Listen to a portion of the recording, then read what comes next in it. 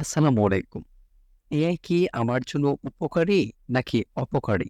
এই প্রশ্নের হাজার রকম উত্তর রয়েছে। একেকজন একেকভাবে এটার মত বিশ্লেষণ করার চেষ্টা করছে। কেউ এটার পক্ষে অবস্থান নিচ্ছে, কেউ বা বিপক্ষে। আর্টিফিশিয়াল ইন্টেলিজেন্স কি? বা সংক্ষেপে আমরা যাকে এআই বুঝি, আর্টিফিশিয়াল ইন্টেলিজেন্স হচ্ছে সাধারণত কৃত্রিম বুদ্ধিমত্তা। অর্থাৎ কম্পিউটারকে কিছু তথ্য দিয়ে ইনপুট করে রাখা হয়েছে এবং সেগুলোকে সে অ্যানালাইসিস করে প্রসেসিং এর মাধ্যমে আপনাকে একটা ডেডিকেটেড সলিউশন প্রোভাইড করে।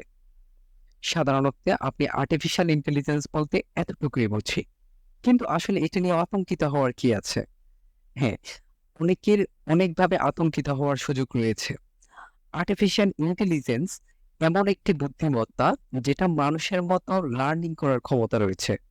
যখন থেকে চ্যাটজিপিটি লঞ্চ করা হয়েছিল, তখন শুরুতে চ্যাটজিপিটি যেভাবে করে অ্যান্সার দিত, সেটা আর এখন বর্তমানে যেভাবে করে অ্যান্সার দেয়, সেটার মধ্যে নানান রকমের তফাৎ তৈরি হয়েছে এবং তফাতের সাথে এটা পার্থক্য করেছে প্রায় ১০০ গুণেরও বেশি। ইয়েস। চ্যাটজিপিটি শুরুতে যেভাবে করে লিখতো বা গুগল বার্ড বলেন বা যেকোনো এআই টুলস বলেন, শুরুতে যেরকম পারফরম্যান্স আমাদেরকে দেখিয়েছে তার চাইতে এখন ১০০ গুণ এগিয়ে গেছে।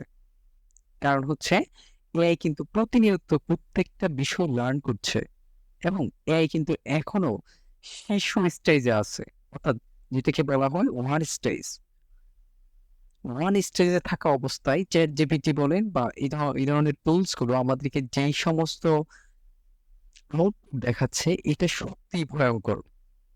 তবে এক্ষেত্রে আমাদের কি আসলে চাকরি বা এই ধরনের যে পজিশন গুলো আছে এগুলো কি হারিয়ে ফেলার সম্ভাবনা আছে?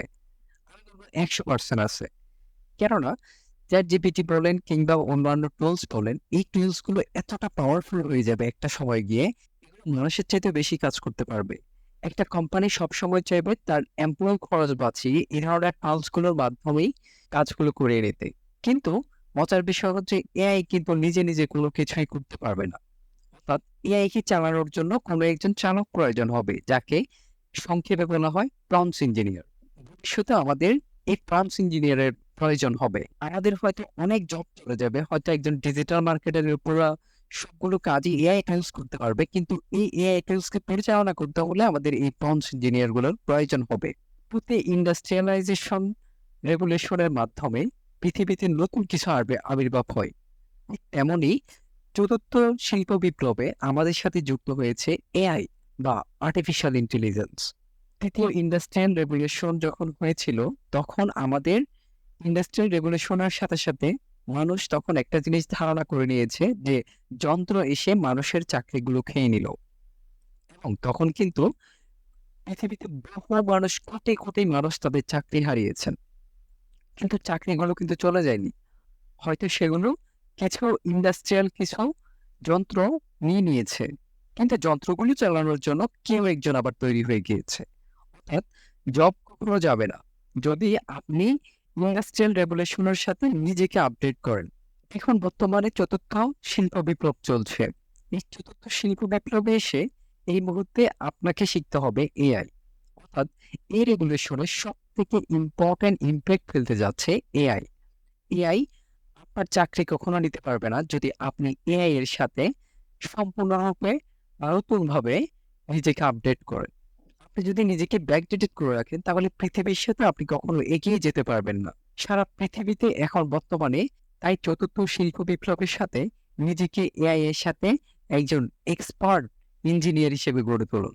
৪র্থ শিল্প বিপ্লবেও সেম ভুল না করতে চাইলে আপনাকে অবশ্যই নতুন, নতুন টেকনোলজি, রোবোটিক্স, এআই বা এই ধরনের যত রকমের টেকনোলজি আছে এগুলোকে অ্যাডপ্ট করতে হবে।